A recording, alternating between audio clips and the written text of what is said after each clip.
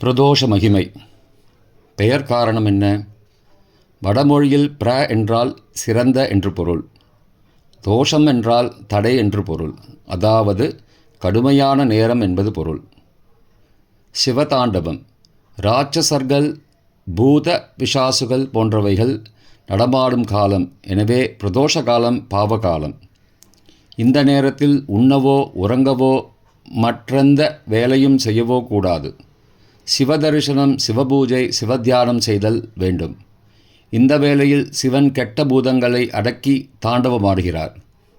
பிரதோஷ காலம் பகலின் முடிவு, சந்தியா காலத்தின் ஆரம்பம். சிருஷ்டி முடிவு பெற்று தன் சொரூபத்தில் அடக்கிக் கொள்ளும் நேரம், அதாவது இரவின் ஆரம்பமே பிரதோஷ காலமாகும். மிகச் சரியாக சொல்ல வேண்டுமென்றால் ஒவ்வொரு 15 நாட்களும் பக்ஷம் என்று பெயர். ஒவ்வொரு பட்சத்திற்கும் 15 திதிகள். 13வது திதி திரையோதசி. அந்த திதியன்று சூரியன் மறைவதற்கு முன் 3.25 நாழிகை, மறைந்த பின் 3.25 நாழிகை, இவைகளின் சங்கமமே பிரதோஷ காலமாகும். சற்றேற குறைய மாலை 4:30 6 மணிக்குள் உள்ள நேரமாகும். இந்த நேரத்தில் 33 தேவர்களும் சிவாலயங்களில் இருக்கிறார்கள் என்பது சான்றோர் வாக்கு. பிரதோஷ வரலாறு. திருமால் சொற்படி மாறாத இளமை வாழ்வு பெற அமிர்தம் பெறுதல் வேண்டி தேவர்களும் அசுரர்களும் பார்க்கடலை மந்திரமலையை மத்தாக்கி வாசுகி என்ற பாம்பை கயிற்றாக்கி மலையை தாங்க மாலவரை ஆமையாக்கி கடைந்தனர். வலி தாங்காமல் பாம்பு ஆலாலம் என்ற விஷத்தை கக்கியது. இந்த நிலையில் ஈசனை மாலும் பிரம்மனும் வேண்ட எம்பெருமான் நந்தியையும் சுந்தரரையும் அனுப்பி நஞ்சை எடுத்து வர செய்து உண்டார். அன்னை பராசக்தி உலகை காத்தற் பொருட்டு அவர் கண்டத்தை பற்றி அவர் உட்கொள்ளவோ உமிழவோ இயலாமல் நீலகண்டனாக்குகிறார். அன்று ஏகாதசி. ஈசன் அருளால் மறுபடியும் பார்க்கடலை கடைய இலக்குமி, ஐராவதம் போன்ற அற்புதங்கள் கிடைக்கப்பெற்றனர். அடுத்த நாளான துவாதசியில் அமிர்தம் கிடைத்தது. தம்மை மறந்து இன்புற்றனர் தேவர்கள். அடுத்த நாள் நந்தி தேவர் அருளால் ஈசன் நினைவு பெற அவரை தஞ்சமடைந்தனர் ஒப்பாரும் மிக்காரும் இல்லா ஈசன். அந்த திரையோதசி திதியில் சனிக்கிழமையில் நந்தியின் 2 கொம்புகளுக்கிடையே நின்று நடனம் புரிந்தனர். அந்த புண்ணிய காலமே பிரதோஷ காலமாம். சனி பிரதோஷம் இக்காரணம் பற்றியே உயர்வானதாக கருதப்பெறுகிறது. பிரதோஷ வழிபாடு. பிரதோஷ காலத்தில் ஊழி முதல்வன் ஈசன் உமையோடு விடைமேல், அதாவது காளை மாடு நந்தி அமர்ந்து பவனி வருகிறார். அப்போது நந்தியின் பார்வை முதலில் நம்மேல் பட வேண்டும். பார்வை பட்டவுடன் நம் பயம் நீங்கி மனசஞ்சலம் அடங்கும். அதன்பின் 2 கரத்தையும் தலைக்கு மேல் கூப்பி அம்மையப்பனை வழிபட்டால் நம் பாவங்கள் அகலும். பிரதோஷ வலத்தின் போது சில இடங்களில் நிறுத்தி தீப ஆராதனை காட்டுவர். அவ்வயம் நந்தியை வழிபட்டு அம்மையப்பனை வழிபட வேண்டும். நந்தி எம்பெருமானின் சூரிய சந்திர திக்குத்திரல் மற்றும் நேத்திர என்ற 4 வகை பார்வையும் நம்மை பயப்பதால் ஈசனை காணல் எளிது. பிரதோஷ காலத்தில் முதலில் நந்தி தேவருக்கு அபிஷேகங்கள் செய்து நெய் விளக்கு ஏற்றி அருகம்புல் மாலை அணிவித்து காப்பு அரிசி நிவேதனம் செய்து வழிபட வேண்டும்.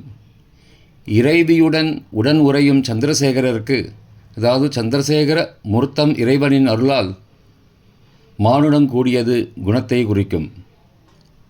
அலங்காரம் செய்து ரிஷப வாகனத்தில் எழுந்தருள செய்து நாதசுரம் இசைக்க, வேதபாராயணம் திருமுறை ஒலிக்க, ஆலயத்தை 3 முறை வலமாக தோளில் சுமந்து வர வேண்டும்.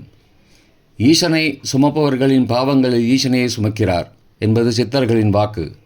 இப்படி வலம் வரும்போது ஈசன் அசைந்து அசைந்து வரும் அழகை கண்ணுற்றோர் எண்ணறிய பேறுகளை பெறுகின்றனர். இறைவனை சுமந்து கொண்டு அடிமேல் அடி வைத்து நடந்து வரும் வலம் வருபவருக்கு கர்ப்பஸ்ரீ பிரதட்சணம் என்று பெயர். இதை காண்பார்க்கு பிள்ளையில்லா குறை தீரும் என்பது பெரியவர்கள் வாக்கு. சோமசூத்திர பிரதட்சணம். பிரதோஷ காலத்தில் இம்முறைப்படி வலம் வந்தால் 1 ஆண்டு காலம் சிவாலயம் சென்று வழிபடுகிற பலனை ஒரே நாளில் அடையலாம். சனி பிரதோஷம் என்றால் பல ஆண்டுகள் வழிபட்ட பலனையும் நன்மையையும் அடையலாம். பிரதட்சிண முறை. முதலில் நந்தி தேவரையும் சிவனையும் வணங்கி கொண்டு அப்பிரதட்சமாக, அதாவது ஆன்டி கிளாக் வைஸ், சண்டிகேஸ்வரர் சன்னதி வரை வந்து அவரை வணங்கி கொண்டு அப்படியே திரும்பி வந்து சன்னிதானத்தில் ரிஷபதேவரையும் சிவலிங்கத்தையும் தரிசனம் செய்து கொண்டு வணங்கி வழக்கமாக ஆலயத்தில் பிரதட்சணம் வருவது போல் வலமாக, தட் இஸ் கிளாக் வைஸ், சுவாமியின் தீர்த்த தொட்டி வரை வந்து தீர்த்த தாரையை தாண்டாமல் திரும்பி அப்பிரதட்சமாக, அதாவது ஆன்டி கிளாக் வைஸ் சன்னிதானம் வந்து நந்திதேவரையும் சிவலிங்கத்தையும் தரிசித்து வணங்கி இரு கொம்புகளுக்கிடையே சிவபெருமானை தரிசித்து வணங்க வேண்டும். இவ்வாறு 3 முறை வலம் வர பிரதட்சணம் செய்ய வேண்டும். இவ்விதம் பிரதோஷ நாளில் பிரதோஷ காலத்தில் வலம் வந்தால் அநேக யாகங்கள் செய்த பலன் கிட்டும் என்று புராணங்கள் கூறுகின்றன. நந்தி பெருமானுக்கு காப்பரிசி நிவேதனமும் அருகுமாலை சூட்டலும். ஆளாள விஷயத்தை பிரதோஷ காலத்தில் ஆளாள விஷத்தை பிரதோஷ கால வரலாறில் கூறியபடி நந்தியும் சுந்தரரும் இறைவன் ஆணைப்படி எடுத்து வந்தனர் அல்லவா.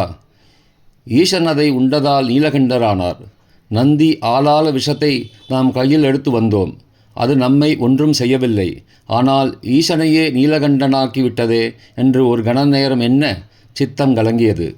பின் இறைவி அருளால் குலசபுரீஸ்வரரை வலம் வந்து சித்தம் தெளிந்தார். நந்தியின் சித்தம் தெளிய அன்னை அரிசியில் வெல்லம் கலந்து ஊட்டிய காரணத்தால் காப்பரிசி நிவேதனம் செய்கிறோம்.